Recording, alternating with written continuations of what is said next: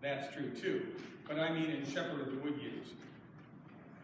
I'm 34, Shepherd of the Wood years old. Patty and I moved to Jacksonville from Atlanta in 1983. We found a home off Fort Caroline Road in Arlington and started looking for a church. As you might guess, Shepherd of the Woods wasn't the first stop of our church visits. There were several closer, more convenient Lutheran churches, but when we stumbled across this small startup Lutheran congregation meeting in a school gym in the Bay Meadows area, we got hooked. We became part of the gymnasium people with Pastor Went preaching under the basketball hoop on Sunday mornings. This small band of worshipers had a dynamic and an enthusiasm that was infectious, and we felt at home there. The church already owned the land on Southside Boulevard, Service Road, a patch of pine trees and palmettos. In 1985, ground was broken for the first building, a multi-purpose facility that would serve as a worship center, fellowship hall, and anything else it needed to be. Everything was portable and movable. Contractors were hired to do the work that required permitting and a level of expertise we didn't have, but in true Shepherd of the Woods tradition, what could be done with our hands was done with our hands. A lot of sweat equity was put into the first building. Even with all our efforts, not everything went smoothly. Our general contractor went under, left some subs with unpaid invoices. Our lighting contractor filed a lien against the church, and we thought we would be worshiping by candlelight very soon. We never lost faith. God's grace never left us. The bills were paid, the building finished, and as finished as anything is at Shepherd. We started worshiping in our own building, and we grew. Then in 1988, just as we felt like we were getting some momentum, Pastor Went told us he was leaving our community and moving south. Pastor Went's announcement was a blow to our small congregation. After the announcement, and before Pastor Went left, we felt like we were in limbo. We knew we needed a new pastor, but we could not issue a call until Pastor Went was actually gone. We would be a flock without our shepherd. For how long? We did not know. Local visiting pastors held us together and presided over our gatherings, but we felt an urgency to have a pastor committed to Shepherd of the Woods full-time and help us grow. A call committee was formed and a search begun. As I recall, none of us on the call committee had any experience calling a pastor. The first thing we had to do was tell the synod what we were looking for in a pastor. That was a question none of us had actually considered. It was kind of like Match.com for churches and pastors.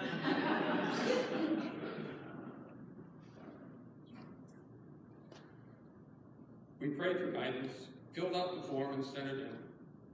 Soon we had 3 names from which to pick. In this group of names was Pastor George Johnson. And as they say, the rest is history. After a nervous 8 months of being shepherdless, Pastor Johnson became the official pastor at Shepherd of the Woods in June of 1989, and Shepherd of the Woods got its momentum back. Then in 1995, 1995, Shepherd of the Woods suffered another setback. Patty and I left Jacksonville and Shepherd of the Woods for a new job and career in Nashville, Tennessee. But amazingly, Shepherd of the Woods continued to grow and build. In 2004, Patty and I returned to Jacksonville and Shepherd of the Woods just in time to learn we were trying to sell the Southside property and move to the lakeshore. I was ambivalent at first. I felt a connection to the Southside location, but I soon realized the church I remembered was not the building, but the people who gave it a personality and a purpose. This was the same connection we made when we joined the small band worshiping God in the gymnasium across the street.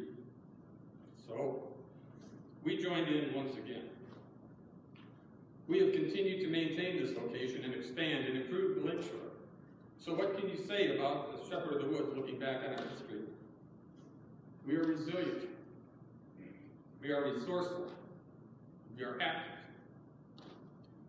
We are dedicated to serving others and reaching out. I think this lesson from Matthew 25 is most appropriate for talking about Shepherd of the Woods.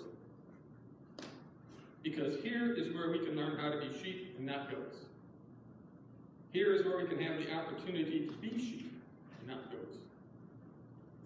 Do you have any Bible passages that seem to gnaw at you when you read them? That give you pause and make you reflect on your life? This one does it to me. Every Sunday we make a confession that we have sinned in thought, word, and deed, by what we have done, and by what we have left undone. Now I know what I thought, and I know what words I said that I shouldn't have said. I know what I've done that probably should not have been done. That all seems easy, and of course, I know I'm a sinner. But the biggest indictment to me is that last phrase, what I have left undone. I don't know what I missed, and that is why this phrase haunts me. What opportunity to be a sheep did I miss? When did I not feed someone who was hungry? Not give drink to someone who was thirsty? When did I leave someone exposed and not cover them? Alien and not try to help them?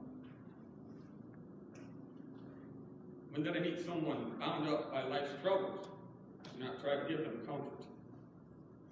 Look around at Shepherd of the Woods and see all the programs that are going on, the people that use our building, the opportunities to serve others. I don't think you must do everything, but we should all do something. I have developed some rules for myself over the years, and one that I think applies here is, you may not always be part of the problem, but you can always be part of the solution. Being a member of Shepherd of the Woods is good, but I don't think it's enough. Be part of Shepherd of the Woods. Use your talents and resources to make a difference through the opportunities we have right in front of us. And if you think we are missing some opportunity to be more sheep-like, tell someone. I'm not sure Pastor Johnson has ever said, we can't do that at Shepherd of the Woods. I'm the last of the Temple Talk people, and I think it is appropriate to end my talk and this series the way we end our services. Go in peace, serve the Lord. Thanks be to God. Thank you, Michael.